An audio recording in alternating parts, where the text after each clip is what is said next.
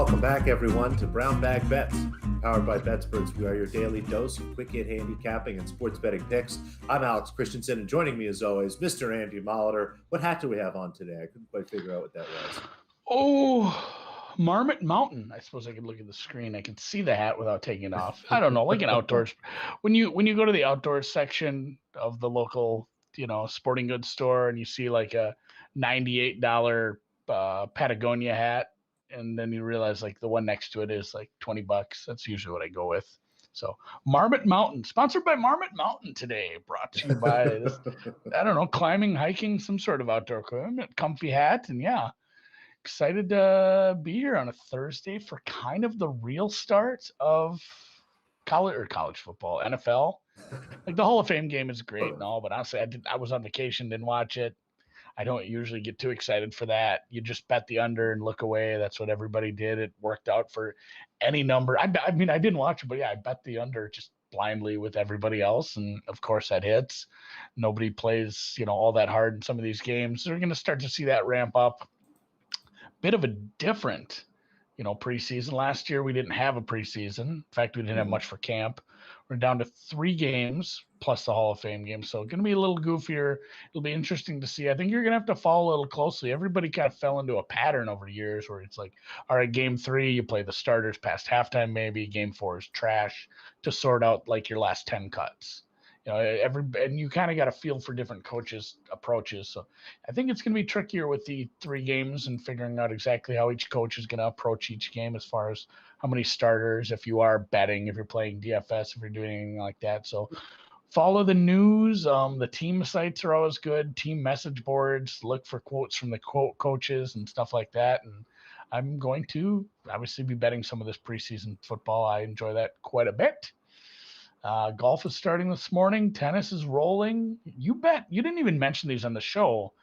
I bet them. I bet your whatever this women's tournament in America was. It went 2-1, which was profitable. I don't even know what that was. Like, where's this tournament at? Oh, the tinier stuff. Yeah, Landisville. Yeah, there's a WTA tournament. It's actually about 2 hours away from me. I don't have time, honestly, to make the drive out there, but it's in a town called Landisville, Pennsylvania. It's about 2 hours from Philadelphia. It's about an hour and a half from the capital of Pennsylvania, Harrisburg. It's in Amish country, if that makes sense to anyone. And there's some tennis courts there, and there happens to be a pretty solid field. Nothing today, but yeah, it was pretty solid yesterday. I didn't talk about these in the show because a lot of the lines I got were gone, and frankly, they're pretty hard to find. So, and some of them had started, I think, too. They started play pretty early there. I think the first one had already started when we went going, but I bet them. Sloan bailed us out after she balled out again. She's playing really well, and we did bet the over and the over sets, which both pushed after she trucked, did not lose a game, and then her opponent quit, which was a big blessing in disguise. So I needed that to cash those 2. And then, yeah, the last bet of the night won. Was that Pagula was the late one? Yeah, Pagula was able to turn it around, lost the first set, and got it together. And she is our last remaining outright if anybody has one of those. So I think you have some Pagula, don't you? Yes, I have some Pagula. Almost got Sloan there in the finish line. Sloan plus 1.5 sets cashes. She had a chance, but that was a tough ask in a 3-set match like that. I thought she was going to get it done. She was almost up a break in the third. Yeah, well, I mean, up a break when you're an underdog in the WTA is like being on serve. So you need a double break to be up a break when you're that big of a dog, I feel like. But yeah, it was close, and we cashed the 1.5 sets. So we will roll on to today. Today in golf. Golf has started. Only a couple of my head-to-heads have started. I bet an Usti one on the approaching the green the other day. Obviously, he pulled out. Any sort of outright you would have bet on Monday, Tuesday, early, all those are like accrued just instant value. And there's been a theme this year. We talked about it in January when it happened like 3 times, but when somebody taking up like 8-10% of the win probability retires. Like everything, it's a rising tide that lifts all the shit boats that we put our money on. And Patrick Reed, Louis Oosthuizen, a couple other people. Norlander wasn't a big deal, but there were some withdrawals from some bigger names here, and we got some nice value on some of these outrights. A couple of them are playing half decent. Kokrak's trying to find his way back into it. Power's in the top 20 right now. One of my top 20s is actually leading. I didn't bet him to win, so hopefully he gets second. No sweat top 20 second. That would be nice by Mr. Brian Stewart. But and also Norlander pulled out pre-tournament today. So that Norlander over Straka from yesterday is canceled, but you can also see on the screen 4 of these start this afternoon. Again, Sabatini fading Sabatini with Kazire, Duffner over Matt Jones, Armour over EVR. That's Eric Van Rooyen, Minnesota Gopher. Eric Van Rooyen, winner of last week's Barracuda. And Minnesota Gopher. Yeah, you can play. You got Gophers recruiting in South Africa? Is that where he's from? Oh, actually, Minnesota has a really strong golf team for some reason. Like the Gophers have had really strong golf and baseball teams over the years. Gophers do love golf courses, from what I've seen. They do, yeah. Documentaries. It is just odd that you can't play golf up here like 6 months a year, but we do have a decent golf team. I'm sure they have like a simulator or something. And then speaking of South Africa, Charles Schwartzel, I think this one starts the earliest over Tommy Fleetwood. We'll be looking at those 4, and I'll have some more probably tomorrow. If I have some afternoon picks, I'll go over them tomorrow. But tomorrow's going to be this isn't going to be a spoiler. We do this a lot, but tomorrow will be a baseball Friday. We'll have a guest. Adam Burke stopping by to talk some hardball with us. Love a baseball Friday. I do love baseball Fridays. The division stuff's getting funky. Got that Giants ticket at plus money. Let's hope they hold on. A lot of people are sweating that, even though like it looks good. If you look at the current odds, it makes it look like it's not good. I think it's like what we talked about last night on the deep dive with the hunger to bet the Packers, even if they don't have a strong start and the Vikings do. Like you can't adjust too hard because people will just be like, well, they have the MVP. We have to bet the Packers. It's the same thing with the Dodgers. Like, well, I don't care how far behind it. We have to bet the Dodgers. So if you offer up too good of a Dodgers number, you're just going to get inundated. You're going to take the same amount of bets probably either way, no matter where you put the Dodgers number. Might as well make people pay for it. Yeah, a lot of that is, especially in those futures markets. And that's why I kind of like those midseason, because that's where you find value. Anybody who got a late Bucks ticket was enjoying the fact that all the books were saying, we don't want Nets money. We don't want Lakers money. Anybody else, that's fine. Don't bet those 2 teams. So I think it was our buddy Spread who got a Bucks ticket like 9-1 with a month left in the season, something like that. It was a great number. Yeah. That, and somebody brought up Pagula's parents too. Maybe we should, I think they play tomorrow. If Pagula wins, or Pagula, does she play today or tomorrow?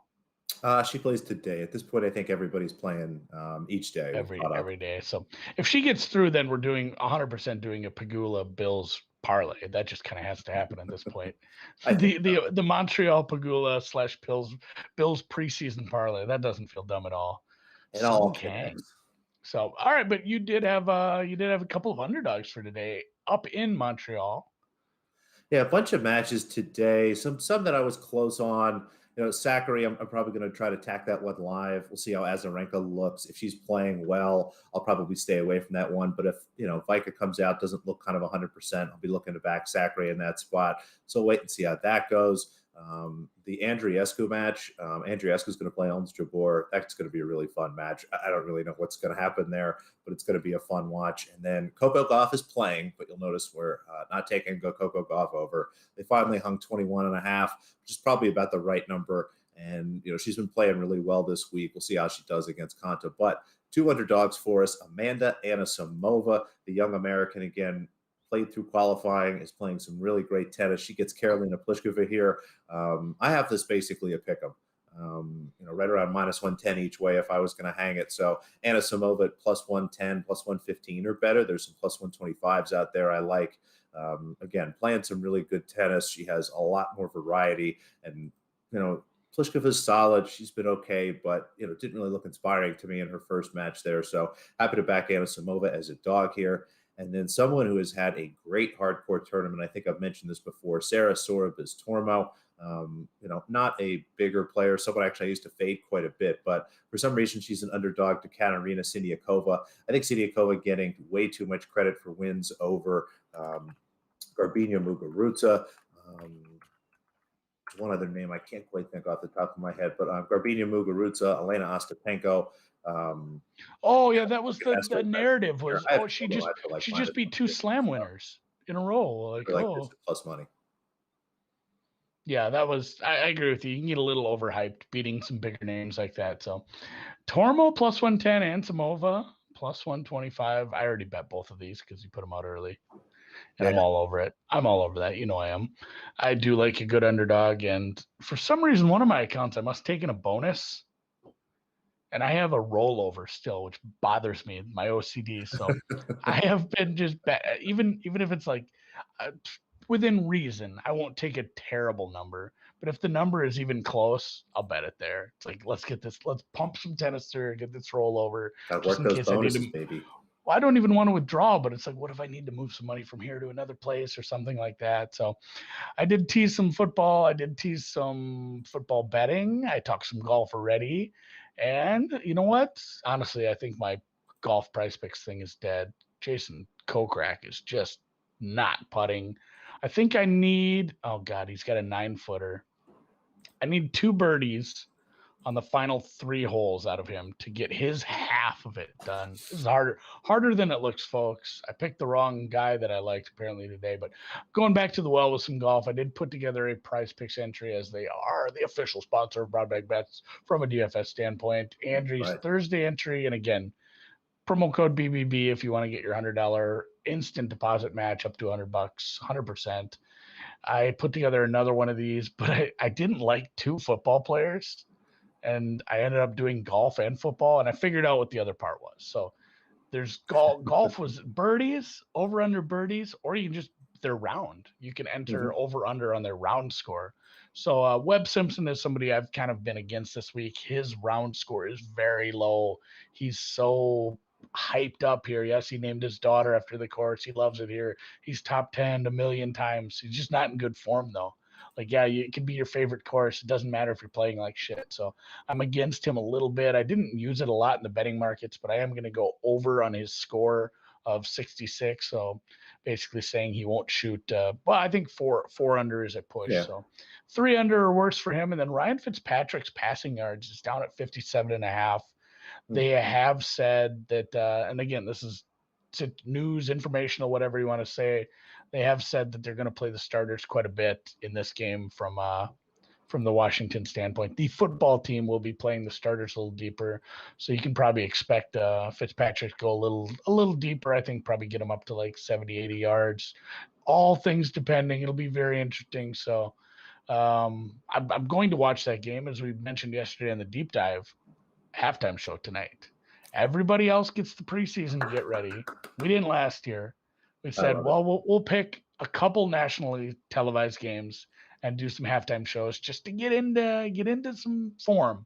So halftime stream 2 nights. We'll even give out a pick just because that's the whole premise of the damn show. You have to. Even if it's going to be tricky. So we're going to probably be looking for some help from the chat in that aspect as far as whatever you guys are hearing or reading or seeing as far as who's going to play in the second half or how deep certain starters, quarterbacks will play.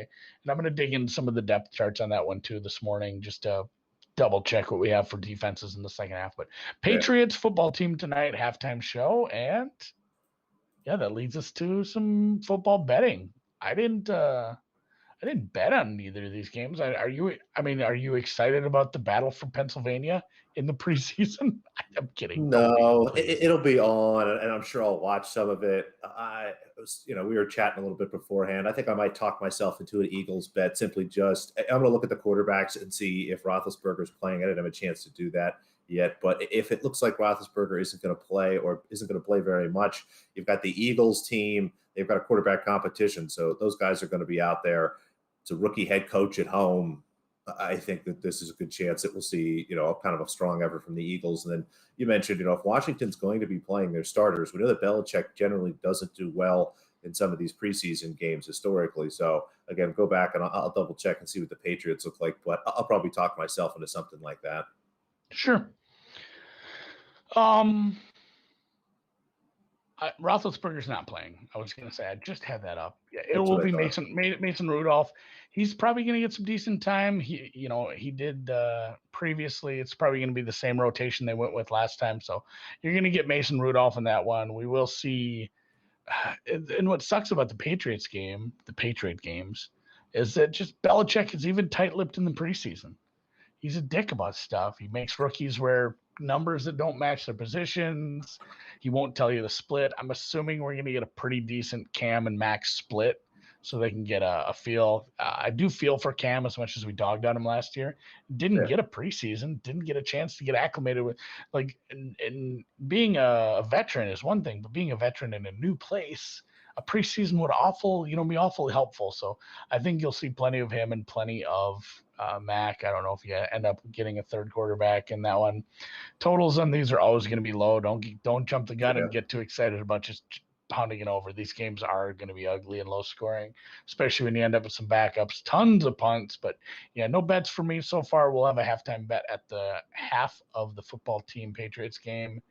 And like I said, I'll be cheering for, at least, if nothing else, Mr. Ryan Fitzpatrick to get like 60 yards. Our MVP. And then, MVP bet for the year too. So, and those lines are, of course, courtesy of WinBet, where you can still sign up and get your $500 risk-free bet if you so desire. Our links are in all our social channels. Please use the link, and don't use a risk-free bet on the preseason though. Better things to do than that. Maybe Summer League. Get weird with it. Pick one of those tennis underdogs. Oh yeah, there you go. Tennis, Summer League, baseball, those are good ones. Let's go with that. So with that, thanks for joining us. If you're in the YouTube, give me a thumbs up. If you're listening on a podcast, enjoy your drive to work while I'm working from home. Not really, I have an office. And it's just me in here though. And we'll catch you tomorrow for Baseball Friday with Adam Burke. Thanks a lot, guys.